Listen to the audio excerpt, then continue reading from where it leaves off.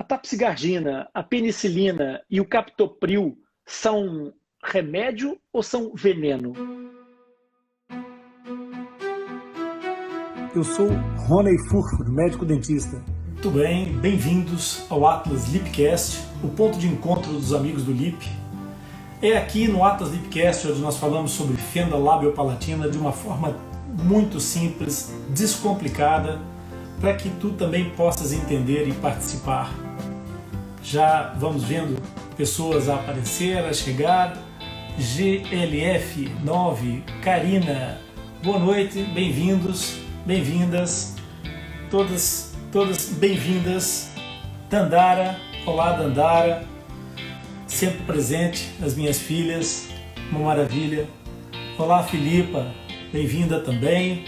Vamos aqui dar o tempinho da praxe para que todas as pessoas possam se aproximar. Olá Rosa, boa noite. Muito obrigado por vocês estarem presentes, a apoiar e a prestigiar essa troca, essa partilha de informações. Vamos dar sequência a essa série de lives que nós estamos fazendo.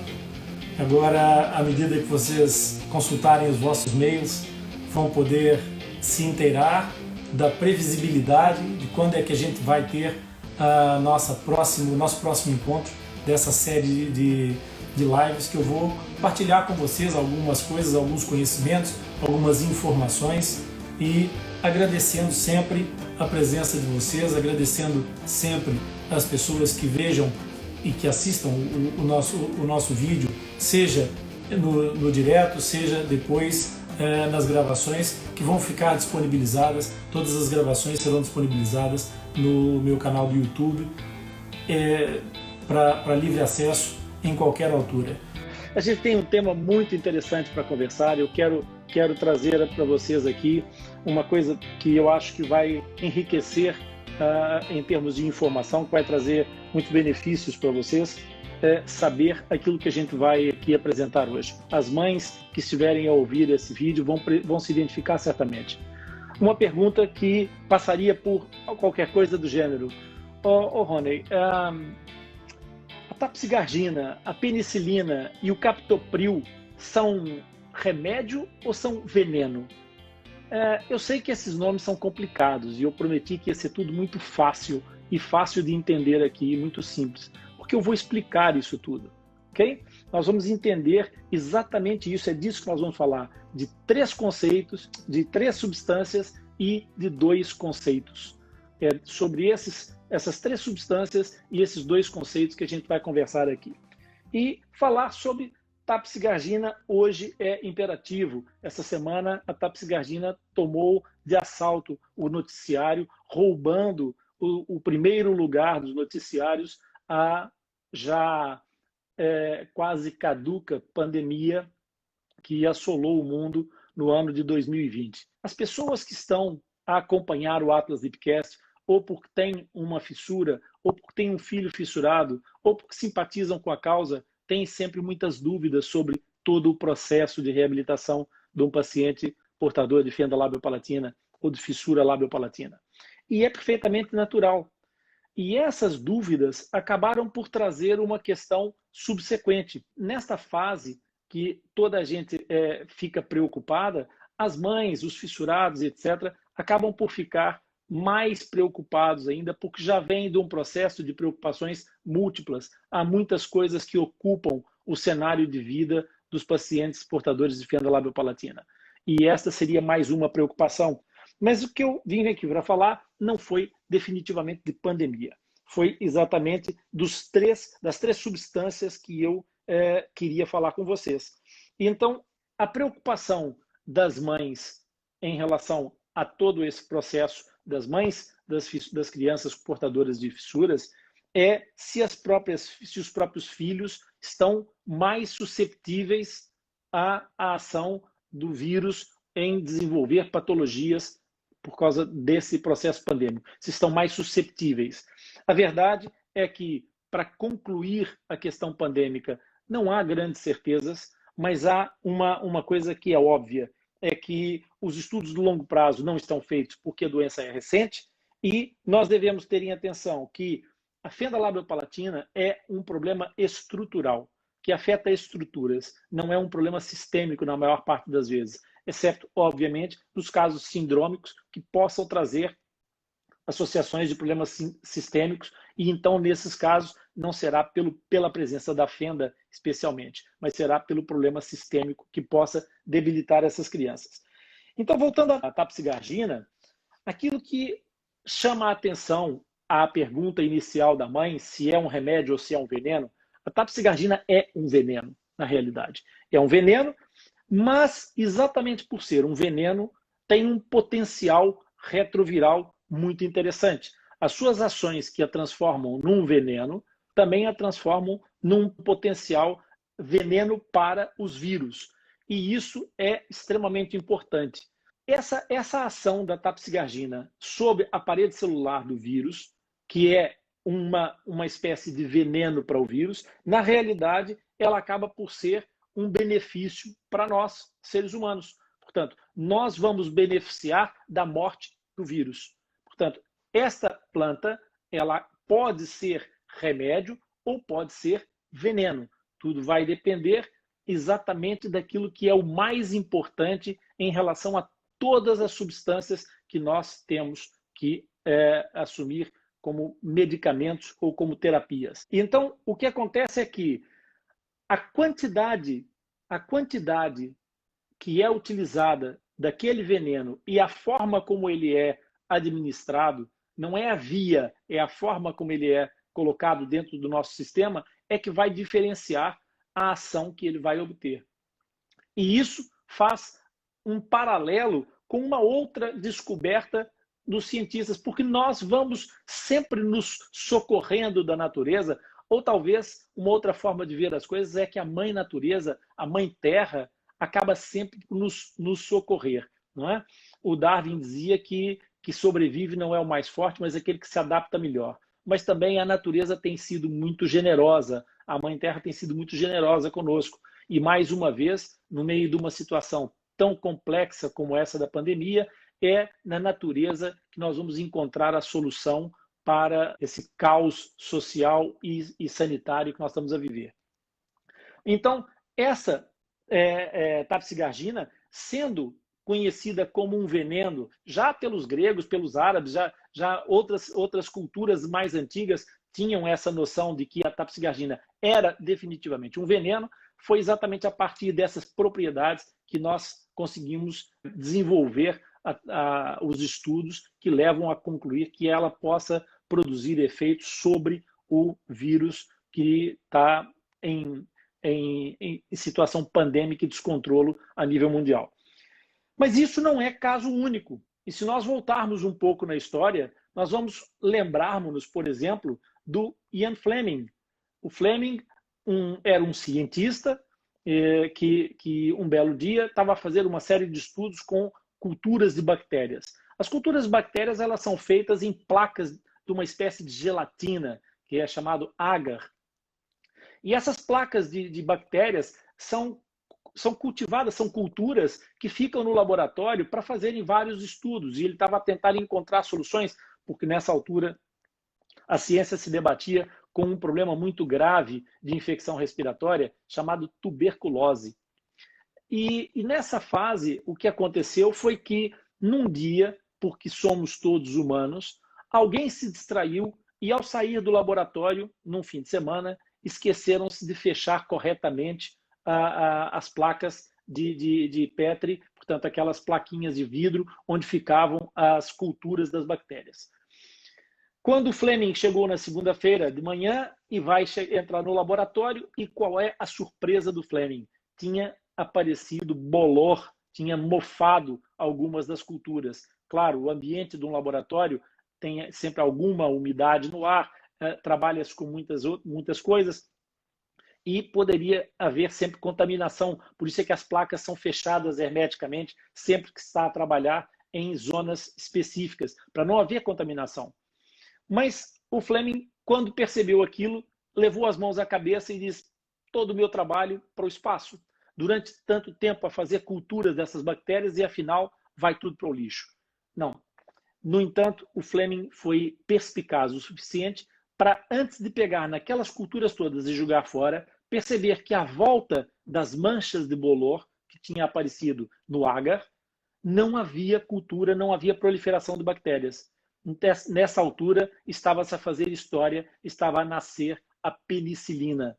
A penicilina, que afinal também vinha de um bolor, que não deixa de ser uma espécie de veneno. Um bolor estraga, deteriora ciclos de vida, deteriora os nossos alimentos, né? E, entretanto, afinal de contas, percebendo aquele efeito sobre a vida das bactérias, o Fleming, então, trouxe para nós a penicilina. E com a penicilina, praticamente conseguimos evitar um novo processo pandêmico pela tuberculose, e foi uma substância que safou a humanidade durante muito tempo. Nós temos vindo durante muito tempo a estar protegidos pela ação antibacteriana, bactericida da penicilina. Claro que no mundo da biologia nem tudo são flores, nem tudo são rosas, não é? Algumas coisas são fungos, e a uma dada altura as bactérias começaram a desenvolver resistências e foi preciso continuar as pesquisas e procurar novas substâncias antibióticas contra a vida, não é? Mas não é contra a nossa vida, é contra a vida dos micro-organismos. E então, essa situação do Ian Fleming, juntamente com o caso da penicilina, não é? Vai fazer uma relação com a tapsigargina e a descoberta dessa substância retroviral que pode vir a mudar os destinos da nossa pesquisa em relação à cura das novas patologias que têm aparecido. Continuando o raciocínio, vamos então para a terceira substância. A terceira substância, que é nada mais, nada menos do que o captopril. Sobre o captopril, eu tenho uma coisa muito pessoal para vos contar. O meu pai trabalhou na indústria farmacêutica durante 25 anos. E eu cresci no meio de medicamentos, no meio de toda aquela panaceia dos laboratórios farmacêuticos. Naquela altura, era normal os delegados de informação médica, as pessoas que estavam ligadas à informação médica, andarem com grandes malas de medicamentos para fazer as demonstrações e para fazer entregas de ofertas aos médicos. E então, eles traziam aquelas malas para casa. E eu, obviamente, convivi com muitos medicamentos dentro de casa. E lembro-me perfeitamente, um dia, quando o meu pai chegou em casa, ainda muito antes do medicamento ser comercializado, e disse assim: o nosso laboratório, que eu não vou poder citar o nome, infelizmente, vai revolucionar a vida das pessoas com cardiopatia, com doenças do coração.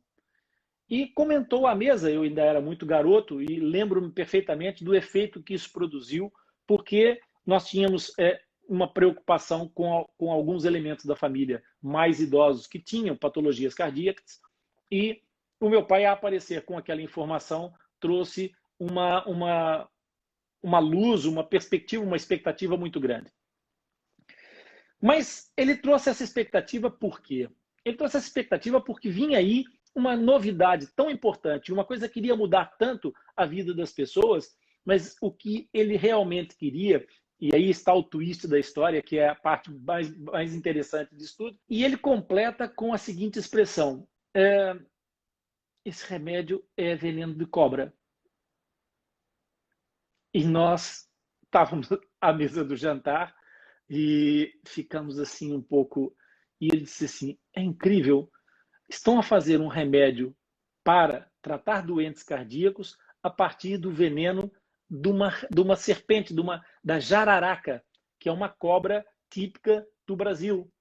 Quando se falou nisso, eu liguei imediatamente a ideia de que, mas então, se calhar vão matar as pessoas em vez de curá-las. Uma criança inocente, como é óbvio.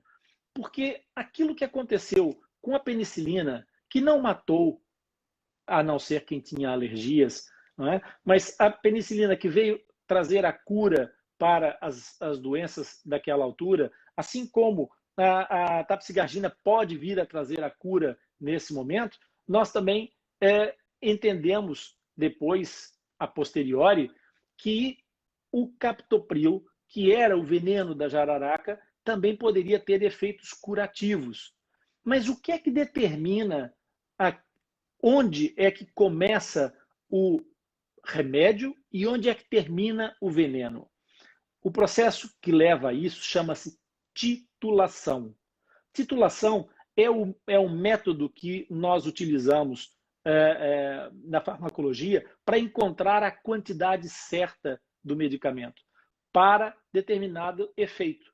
Então, a grande diferença, ou se calhar a maior diferença, aquilo que separa o remédio do veneno, não é a substância, é a dose.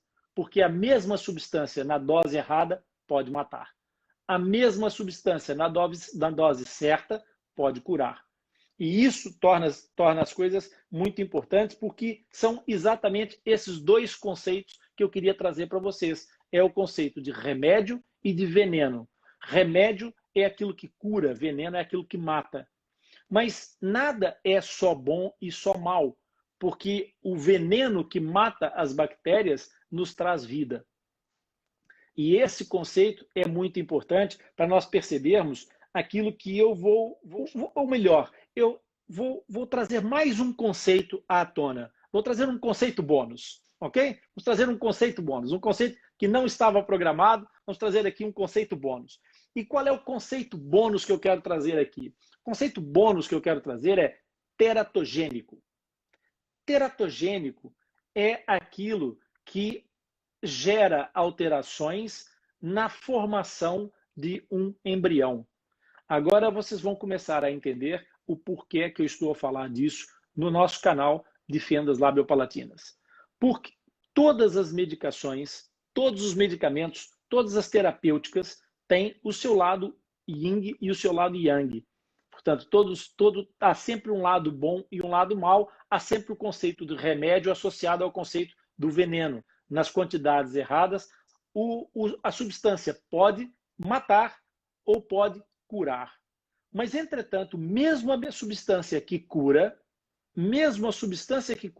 ela pode ter um efeito perverso. Porque, como eu estava a dizer há pouco, a penicilina salvou muitas vidas, mas ceifou algumas outras. Por quê? Porque algumas pessoas eram alérgicas à penicilina. A penicilina ceifou vidas porque houve reações alérgicas à penicilina. No caso em concreto, nós estamos a falar aqui do efeito teratogênico, estamos a falar exatamente de quê? De quando uma substância que nós consumimos, nós, no caso, as mães gestantes, consomem determinadas substâncias, essas substâncias podem fazer bem à sua saúde, à sua integridade, mas podem atravessar a barreira placentária. E ao atravessar a barreira placentária, elas podem produzir efeitos no embrião.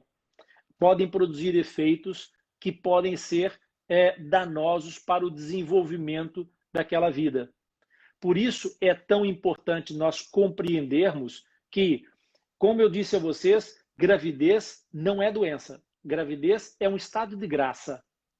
Ok? Mas é preciso haver cuidados. É muito importante haver cuidados. É muito importante que as pessoas não tratem a gravidez de uma forma displicente. Nós, quando estamos no meio de um processo de multiplicação da espécie, estamos a reproduzir a espécie, começamos por uma única célula. Há uma célula que vai gerar todo um indivíduo, através de multiplicações, de divisões. Essa multiplicação é o segredo de todo o processo, porque, como eu expliquei já em outras situações, e quem não teve a oportunidade de ver, pode visitar os nossos podcasts, vá ouvir os nossos podcasts. Há muita informação que nós produzimos. Nós produzimos conteúdos muito conteúdo voltado para a fenda labiopalatina. Por isso, em www.atlaslipcast.com, vocês podem se inscrever, inscrevam-se lá, passam a receber as nossas comunicações, ficam a saber quando é que eu vou fazer o próximo episódio dessa série. Portanto, só tem vantagens nisso, ok? E quando vocês se dispõem a me oferecer o vosso tempo, o vosso carinho, de participar, de partilhar comigo esse projeto, eu sinto-me tão lisonjeado que não vejo outra forma de retribuir senão partilhar informações e trazer todas essas informações para vocês. É com um enorme prazer, uma enorme satisfação que todo o grupo, toda a família Atlas Ipcast trabalha nessa direção. E então, como eu estava a dizer, e voltando ao raciocínio para vocês não se perderem, a multiplicação genética vai fazer com que nós, a pouco e pouco, vamos dividindo células e multiplicando células e formando um puzzle, um quebra-cabeças que vai ser todo encaixado, todo montado. E é exatamente nesta montagem que algumas substâncias, mesmo sendo remédio e não sendo tecnicamente aplicadas como veneno, e independentemente de terem origem num veneno ou não, é preciso ter cuidado na administração dessas substâncias durante o período gestacional, porque senão nós corremos o risco de ter efeitos teratogênicos. E então, a grande questão que eu levantei no princípio dessa nossa conversa, que foi: o portador de fenda labiopalatina está mais susceptível ao processo de risco de saúde por causa da questão sanitária, da questão pandêmica? Necessariamente não. Agora, a nossa próxima geração, os nossos próximos heróis que vêm a caminho, esses podem estar sujeitos, como eu disse também, e já referi isso aqui hoje, lembrem-se que essa patologia é uma patologia recente. Nós ainda não temos estudos de longo prazo. Portanto, todas as situações que vão advir desse processo ainda estão por estudar e vão exigir um desenvolvimento de longo prazo. Então, eu quero que vocês percebam que nós não estamos a fazer apologias nenhumas, é apenas esclarecimento. Okay? Por isso, os efeitos de todas as substâncias mais antigas ou mais recentes têm que ser sempre ponderado com o médico que acompanha a grávida. É fundamental. Esta live é exatamente para dizer a vocês, por favor, automedicação não. Automedicação em hipótese nenhuma, muito menos durante a gravidez. E então, o que eu estava a dizer a vocês e que é muito importante é: evitem automedicar-se, especialmente agora, quando nós estamos nessa fase crítica em que determinadas substâncias acabam por poder ser mais ou menos nocivas e a gente não sabe quando nem como, se não tiver os estudos e a preparação para isso. E então, essa questão toda da medicação, ela tem uma importância fundamental para os nossos próximos fissurados. Daí que aquilo que eu queria chamar a vossa atenção é que é uma luz que surgiu a tapsigargina poder trazer alguma normalização de toda a nossa qualidade de vida para além das vacinas. Mas é preciso ter em atenção que as grávidas não terão ainda acesso a estudos de longo curso que permitam a avaliação completa do processo do efeito teratogênico. Okay? Então, precisamos salvaguardar isso. Algumas substâncias podem ser teratogênicas, nós temos algumas identificadas, mas também temos algumas substâncias que são atenuantes. Não é? Nós já sabemos, já falamos, muita gente já sabe, porque já leu, porque já pesquisou, porque já ouviu falar, mas eu vou falar aqui também. O ácido fólico é um elemento essencial para a grávida, essencial durante a gestação. Por quê? Porque o ácido fólico vai atenuar a probabilidade de efeitos teratogênicos, de efeitos do aparecimento de malformação congênita, especialmente na face. Para além de consultar os vossos obstetras, os vossos ginecologistas, que estejam a discutir em constante, permanente abertura de diálogo as questões que passem por alguma substância, por colocar alguma medicação numa gestante, porque pode trazer complicações para o seu bebê. O ponto mais crítico da gravidez em relação às malformações congênitas é o primeiro trimestre, ok? É quando está a formar o embrião. A embriogênese é aquela parte em que as peças encaixam-se ou não.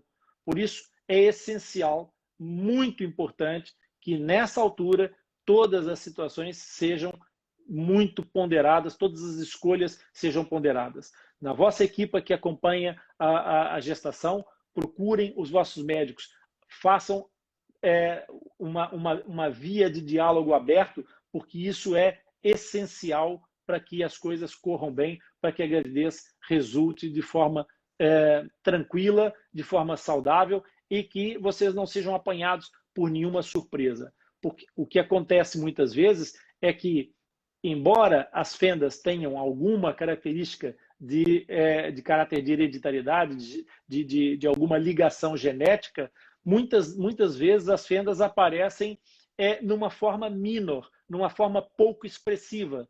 E essa forma pouco expressiva pode ser acicatada pela ação de um determinado medicamento ou de uma determinada substância com que tenha contato. Olha, eu já falei isso muitas vezes e vou repetir. As mulheres que consomem tabaco, que têm hábitos tabágicos, têm 75% mais probabilidades de ter uma criança com uma fissura do que uma mulher que não é consumidora de tabaco. Por isso, todas essas questões são importantes, é um aviso e um alerta fundamental. E hoje, como eu achei que era extremamente pertinente falarmos da Tapsigargina e trazer esses conceitos e essas substâncias para vocês e tentar que vocês percebam que esses dois conceitos são muito importantes. A diferença entre o remédio e o veneno está na quantidade que se administra, ok? Eu mandei... muito bem, ok. Eu vou tratar de ver a tua mensagem, então. Ok, Josineide, muito obrigado e a gente vai entrar em contato. A Josineide, muito em breve, vai estar comigo num episódio, se tudo correr como a gente está planeando, né, Josineide? Num episódio especial do Lipcast Latitude. Vamos falar sobre a realidade de uma mulher fissurada, de uma cultura indígena e de uma mulher fissurada de uma cultura indígena e deslocalizada dos grandes centros de tratamento. Isso vai ser uma conversa que eu tenho certeza que vai ser muito interessante para muitas outras pessoas, porque embora a internet chegue a muitos lados, embora a internet chegue a quase uma fatia enorme da população, a verdade é que as possibilidades de tratamento não chegam com essa mesma facilidade. E esse é um dos grandes papéis, essa é uma das grandes importâncias do Atlas Lipcast, é levar a todo lado a informação o melhor possível. Nós queremos trazer muita informação.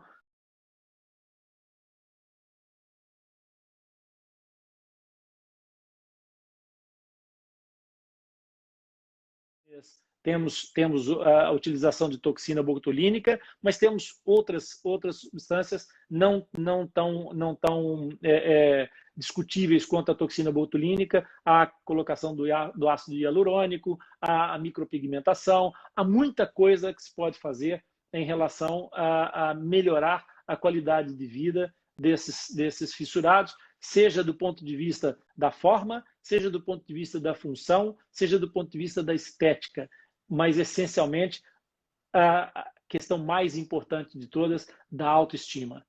Eu acho que o conceito fundamental não é só a vida, é a qualidade de vida. Quem é que gostou da nossa conversa? Mete aí um like, deixa eu ver se o pessoal ficou contente com a informação que eu dei. Valeu a pena? Valeu estar aqui a gastar o tempo de vocês comigo? Vamos lá ver se aparece aí algum like para eu ver se vocês gostaram. Eu espero que sim. Isso foi feito com muito carinho. Eu preparo os meus alfarrábios aqui. Muito obrigado. Nós preparamos todos esses alfarrábios com muito carinho para poder, Dandara, para poder partilhar com vocês alguma da experiência, algum do conhecimento. Muito obrigado. Tainá, estamos à tua espera no Atlas Lipcast. A Tainá é nutricionista. Ainda bem que vocês ficaram contentes. Para mim também foi uma alegria enorme poder partilhar esse momento com vocês.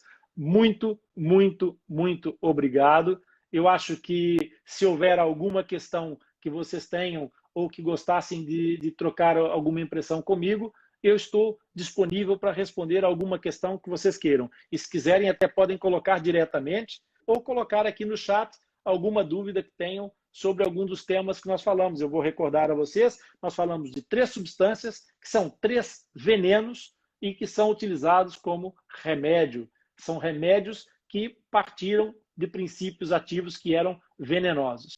E esses princípios estão relacionados com os 2 conceitos que nós trouxemos, que foi o conceito de remédio e o conceito de veneno, mas com um conceito bônus, não é, que nós criamos aqui durante essa conversa, que foi o conceito teratogênico. Teratogênico, então, é aquilo que altera o normal desenvolvimento da criança ainda no ventre materno. E nós todos acabamos sempre por aprender muito com vocês todos. A filha da Rosa, a Lara Carolina, também me ensinou uma lição enorme. Eu também sou uma pessoa que com uma gratidão enorme por ter partilhado da vida desta heroína que é a Lara Carolina. É espetacular. Nós vamos ficar por aqui e preparar o nosso próximo encontro para quando? Vai chegar nos vossos e-mails. Ah, não está recebendo os nossos e-mails? Inscreve-te no projeto. Inscreve-te no projeto Atlas. www.atlaslipcast.com. Inscreve-te no projeto Atlas, passas a receber os nossos e-mails. Esta série que a gente está a produzir é comunicada pelo nosso e-mail, pelo nosso registro. É uma forma de agradecer às pessoas que estão inscritas no nosso projeto, elas saberem antes que essas lives vão acontecer. Porque depois os vídeos vão ser disponibilizados, mas as pessoas nessa altura não vão poder fazer perguntas, não vão poder colocar essas dúvidas, não é?